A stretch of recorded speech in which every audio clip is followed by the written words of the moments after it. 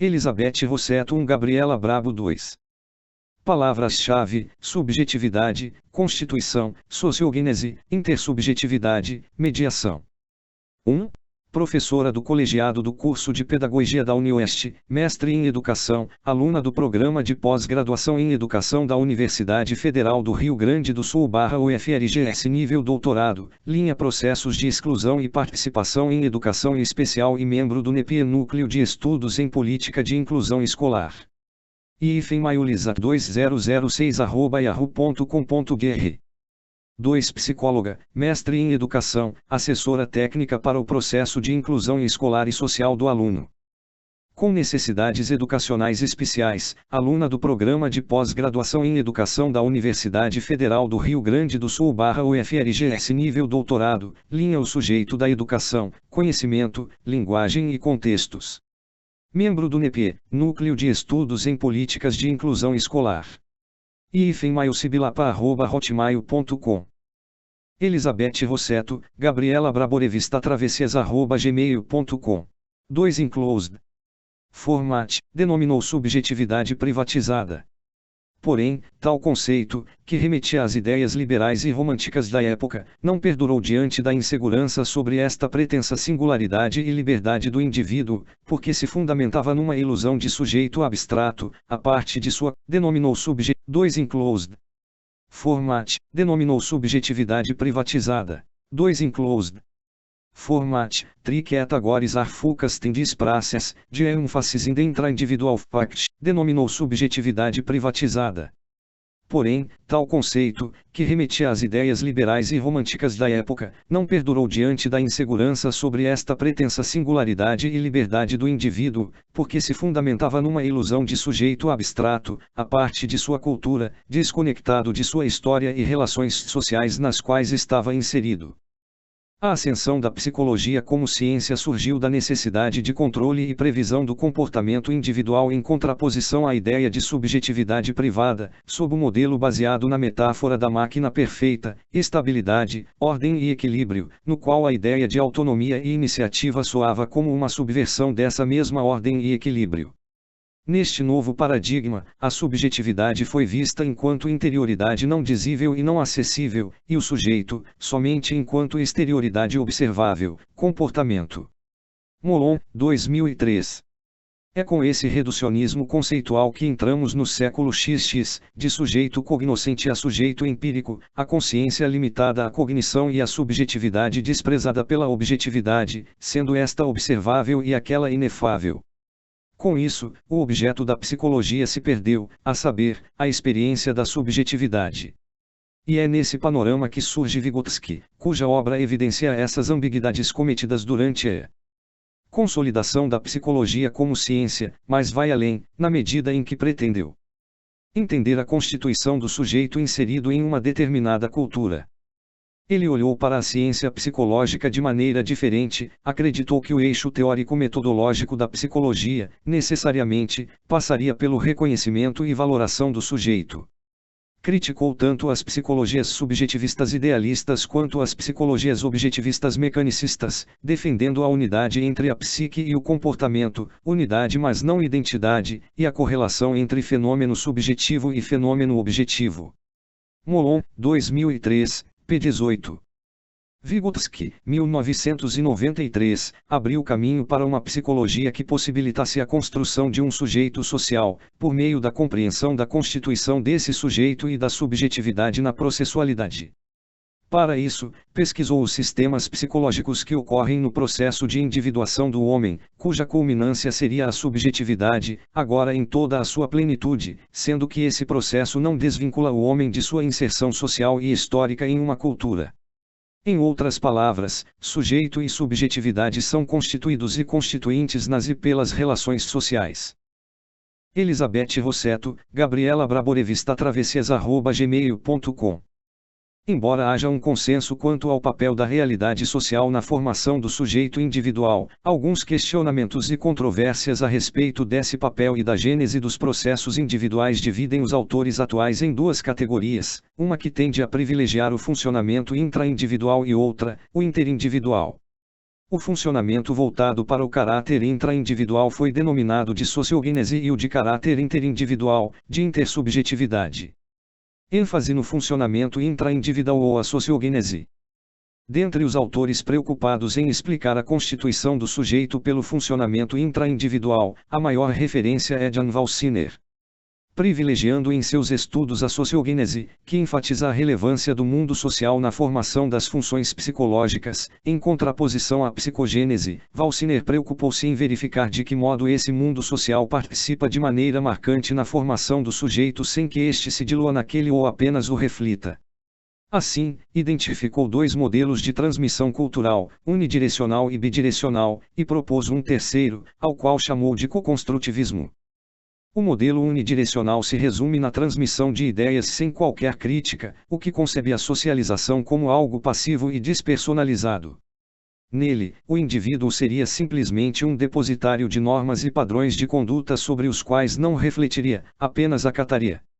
O modelo bidirecional vê os participantes no processo de transmissão cultural como transformadores ativos das mensagens culturais, mas mesmo assim, para Valsiner, este modelo termina por enfatizar as sugestões sociais, havendo assim o predomínio do social sobre o pessoal.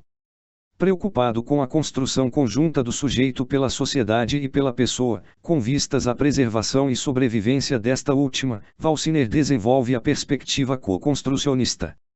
O autor estabelece três tipos possíveis de sociogênese: aprendizado harmônico, no qual o mundo social fornece as informações necessárias para o desenvolvimento pessoal, que faz com que o indivíduo se torne socializado harmoniosamente, um participante da Elizabeth Rossetto, Gabriel. Sociedade, fusão, que seria a unificação dos processos pessoais e sociais, que pode levar à dissolução do sujeito, já que não há peculiaridades que o separem do mundo social, e contágio, inspirado na metáfora das doenças contagiosas, aborda os mecanismos de infecção e imunização no qual a pessoa pode neutralizar a infecção ou resistir a ela. Este último Valsiner valorizou e nele baseou seu modelo sociogenético co-construcionista. Pelo co-construcionismo, a pessoa constrói o que Valsiner chamou de cultura pessoal em diferenciação à cultura coletiva. A construção da cultura pessoal se dá na resistência às sugestões sociais, garantindo a não dissolução do sujeito no social. Aqui surge outro conceito usado pelo autor, a separação inclusiva, que permite ao sujeito ser constituído pelo mundo social ontogeneticamente, mas ser uma entidade à parte, com um mundo psicológico individual, ontologicamente. Smolka e Eliai, 1998. Porém, algumas questões surgem com relação a este modelo. A noção de contágio baseado na metáfora de doenças infecciosas dá conta da complexidade e riqueza que existem nas relações sociais. É adequada uma analogia entre o que ocorre entre o organismo biológico e o organismo social, dadas as diferenças que existem entre ambos. Qual a origem da imunidade por parte do indivíduo às sugestões sociais, natural ou socialmente construída? E se a autoimunização provém de experiências passadas, não seriam estas também vividas na relação com o outro? Parece-nos contraditório pensar numa cultura pessoal cuja experiência anterior que a garante ocorre em contexto social. Até a própria aquisição de regras sociais que propiciam o reconhecimento ou negação do outro, a suposta imunidade por ele mencionada, é aprendida socialmente. Além de tudo isso, Valsiner negou o que há de mais significativo no enfoque de constituição de sujeito em Vygotsky, que o mesmo é um processo dinâmico e dialético, baseado na história, na cultura e no social. Logo, o modelo co-construcionista, desprovido de historicidade, acaba por gerar um dualismo entre o pessoal e o social como instâncias estanques e separadas fisicamente, justamente uma das dicotomias mais combatidas por Vygotsky. ênfase no funcionamento, intersubjetividade, interindividual. Elizabeth Rossetto, ou neste funcionamento, privilegiamos a teoria de James Vertch, que parte do pressuposto de que as propriedades dos processos interindividuais permitem a transição ao plano intraindividual, por meio de mudanças quantitativas e qualitativas, cuja origem está nos instrumentos semióticos que são utilizados nas interações sociais. Apresenta dois processos de análise do funcionamento interindividual, a definição de situação e níveis de intersubjetividade. A definição de situação seria a maneira como se representam ou se definem os objetos ou acontecimentos em uma dada situação, sendo que os níveis de intersubjetividade existiriam conforme as diferentes formas de participação compartilhadas pelos interlocutores em uma definição de situação. Em outras palavras, lidaria com o emergente numa interação. Para falar dos níveis de intersubjetividade, Wirth, 1988, remete sua pesquisa à teoria da interação verbal de Rometveit, que considera que a comunicação ultrapassa os limites dos mundos privados dos participantes e estabelece o que se pode designar de estados de intersubjetividade. Para ambos os autores, a comunicação deve ser pautada em um mínimo de definição de situação compartilhada, isto é, num mínimo de intersubjetividade. Wirth apresenta 4 níveis na transição do funcionamento interindividual para o intraindividual. No primeiro, a definição de situação da criança é tão diferente da definição de situação do adulto, que a comunicação é quase impossível. No segundo, já há uma definição de situação mínima compartilhada, embora a criança ainda não entenda a natureza da ação dirigida a um objetivo. No terceiro, a criança infere a partir de interpretações das produções diretivas do adulto, mesmo as não explicitadas, mas que são da definição de situação do adulto. No quarto nível, criança e adulto estabelecem uma intersubjetividade plena, na qual a criança domina a definição de situação colocada pelo adulto. Entretanto, mais uma vez questionamos algumas noções referentes à teoria de Wirth. Concebendo vários níveis de intersubjetividade, o autor pressupõe a existência de um nível harmônico de intersubjetividade, que seria ideal na relação do adulto com a criança, sendo esta também a única relação adulto/criança por ele estudada. Mas, o que ocorre em situações onde predomina o caráter não harmônico, os conflitos? Como Elizabeth Rossetto, Gabriela Braborevista Traves, podemos identificar níveis de intersubjetividade com a presença do irregular e do caótico nas relações sociais, advindos das diferenças entre os indivíduos e das diferenças sociais. Parece que a teoria falha quando em presença de divergências entre os interlocutores da relação. ênfase na relação dialética das dimensões intra- e interindividuais. Alguns autores direcionaram sua pesquisa não para um ou outro componente constituinte do sujeito, mas com base nos próprios escritos de Vygotsky, no processo dialético que envolve estas duas dimensões, intra e inter, como forma de superar um novo dualismo não previsto por aquele autor, mas que surgiu no redirecionamento de sua teoria por outros teóricos, a saber, o dualismo entre o funcionamento intraindividual e o funcionamento interindividual. Dentre os autores que enfatizam a relação dialética, encontram-se Smolka e Eliai, cujas pesquisas indicam que a constituição do sujeito acontece dialeticamente, no funcionamento interpsicológico e não só em situações ideais de intersubjetividade. Para eles, a constituição do sujeito não se esgota no privilégio de aspectos intrapsicológicos ou interpsicológicos, mas no processo dialético de ambos, e ainda, o que é mais expressivo, a constituição do sujeito acontece pelo outro e pela palavra em uma dimensão semiótica. Molon, 2003, p. 57.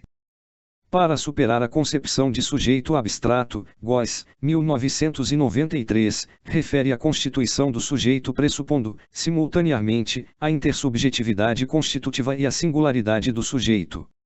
Assim, a individualidade é vista como um processo socialmente construído, sendo a singularidade uma conjugação que envolve conflitos, convergência e divergência, semelhanças e diferenças, aproximação e distanciamento com relação ao outro.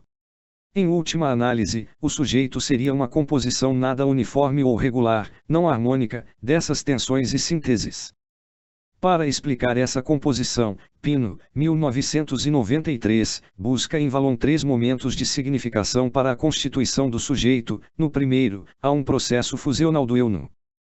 Elizabeth Rossetto, Gabriela Braborevista Travessias@gmail.com. Outro, no segundo, o eu se constitui em sujeito através do processo dialético de negação e reconhecimento, e no terceiro, devido à oposição e reconhecimento do outro como um não-eu, surge a consciência da própria subjetividade, de um eu não isolado, mas um eu da relação eu-outro. Essa consciência da subjetividade somente ocorre no campo da intersubjetividade, que para Pino seria o lugar do encontro, do confronto e das negociações dos mundos de significações privados e públicos. Desta forma, intersubjetividade para esses autores proporciona o acontecimento social que pode ser dos mais diversos modos. Não é o plano do outro, mas da relação com o outro. É interrelação, e não interação. Portanto, o mundo seria o lugar de constituição da subjetividade e a participação do outro na constituição do sujeito ocorreria num cenário de agitação, conflito, produção permanente, diferenças, semelhanças e tensões, isto é, num mundo de significações. O que resumir de tudo o que aqui foi exposto? O reconhecimento por parte de todos os autores, cujas pesquisas têm como ponto de partida a obra de Vygotsky, de que a constituição do sujeito está necessariamente vinculada à participação do outro, havendo mudança de pensamento no que diz respeito ao modo de participação e funcionamento do outro na constituição desse sujeito. O nascimento cultural do homem. Vygotsky, em sua obra, referiu que o desenvolvimento psicológico da criança é um processo de natureza cultural, o que em outras palavras quer dizer que a criança desenvolve suas funções psicológicas superiores quando em contato com a cultura de seu grupo social. Aos poucos, a criança vai se apropriando das significações que os adultos atribuem às coisas e, em particular, às suas próprias ações. Para tanto, Vygotsky se utiliza do exemplo sobre o ato de apontar da criança para defender essa ideia. Inicialmente, esse gesto não é nada mais que do que uma tentativa sem sucesso de pegar alguma coisa, um movimento dirigido para um certo objeto, que desencadeia a atividade de aproximação. A criança tenta pegar um objeto colocado além de seu alcance, suas mãos, esticadas em direção àquele objeto, permanecem paradas no ar, seus dedos fazem. Elizabeth Ross, movimentos que lembram o pegar. Quando a mãe vem em ajuda da criança, e nota que o seu movimento indica alguma coisa, a situação muda fundamentalmente. O apontar torna-se um gesto para os outros. A tentativa mal sucedida da criança engendra uma reação, não do objeto que ela procura, mas de uma outra pessoa. Consequentemente, o significado primário daquele movimento mal sucedido de pegar é estabelecido por outros. Vygotsky, 1991, p. 63 e 64. Poderíamos dizer que a constituição do sujeito passa pelo significado que o outro dá às ações que esse sujeito estabelece, mas além disso, o próprio significado que o outro dá a essas ações é produto de todo um processo histórico e cultural. Assim, mais uma vez se comprova que a subjetividade do indivíduo se dá ao nível das relações deste com o outro. Através da mediação do outro, a criança vai se transformando de ser biológico em ser cultural. A esse processo, Pino, 2005, denomina de o nascimento cultural do homem. Neste contexto, sem reduzir o ser humano às determinações sociais, mas considerando também as características orgânicas, Vygotsky enfatiza que a gênese da sua constituição é histórico-cultural, relacionando a cultura como parte integrante da natureza do ser humano e como categoria central de uma nova concepção do desenvolvimento psicológico do homem. Acreditava em uma teoria do desenvolvimento psicológico humano, baseada na noção de que a essência da vida humana é cultural. Considerações finais. Após todos os enfoques aqui apreciados acerca da constituição do sujeito e subjetividade, quero reportar-me novamente a Vygotsky e sua visão do tema. O autor nos fala de um sujeito interativo, que ultrapassa o paradigma do sujeito passivo e o paradigma do sujeito ativo, mas sim, um sujeito que é construído na e pela interação com os outros nas pautas de relação interpessoal, que é dialética. Para Vygotsky, a dimensão intersubjetiva não é a dimensão do outro, mas a dimensão da relação com o outro. Desse modo, o processo de internalização não é mera reprodução ou cópia do mundo externo, mas que existe dependência mútua entre os planos inter e intrasubjetivos, e esses processos ocorrem dialeticamente pela mediação. Elizabeth Rossetto, Gabriela Braborevista travessias@gmail.com 10. Social. Da mesma forma, Vygotsky admitiu a construção do conhecimento na interação entre sujeito e objeto, sendo que a ação do sujeito sobre o objeto é socialmente mediada. Vygotsky acreditava que a constituição do sujeito ocorre na e pela interação humana, mas enfatizou que essa interação acontece em situações concretas de vida, na prática humana que atribui significado à produção material e à produção cultural, obras do humano, e não por meio de abstracionismos isolados ou reflexos reagentes. A constituição da subjetividade ocorre a partir de situações de intersubjetividade pelo processo de internalização. O sujeito de Vygotsky não se dilui no outro nem se perde no social, mas adquire singularidade justamente na relação com o outro, em relação ao outro, sendo esse outro uma complexidade que se apresenta e se representa de diferentes modos. Assim, ser reconhecido pelo outro é ser constituído em sujeito pelo outro, na medida em que o outro reconhece o sujeito como diferente e o sujeito reconhece o outro como diferente. Assim, subjetividade significa uma permanente constituição do sujeito pelo reconhecimento do outro e do eu. A subjetividade manifesta-se, revela-se, converte-se, materializa-se e objetiva-se no sujeito. Ela é processo que não se cristaliza, não se torna condição nem estado estático e nem existe como algo em si, abstrato e imutável. É permanentemente constituinte e constituída. Está na interface do psicológico e das relações sociais. Molon, 2003, p. 68. Vygotsky não nos dá todas as respostas às questões que ele próprio formulou, mas sua obra nos dá um bom exemplo de superação da dicotomia entre o individual e do social, entre o sujeito abstrato e o empírico, assim como vai além da transcendência do eu e a tirania do outro. Acredito que as críticas mais frequentes feitas a Vygotsky, como, por exemplo, de que sua teoria aponta dois espaços estanques e isolados, o externo e o interno, que acabam trabalhando em sequência no processo de internalização, se deva ao esquecimento de um detalhe que faz toda a diferença no que diz respeito à sua teoria, a dimensão dialética. Elizabeth Rossetto, Gabriela Braborevista travessias@gmail.com 11. Referências bibliográficas. Góes, Maria Cecília R. Os modos de participação do outro nos processos de significação do sujeito.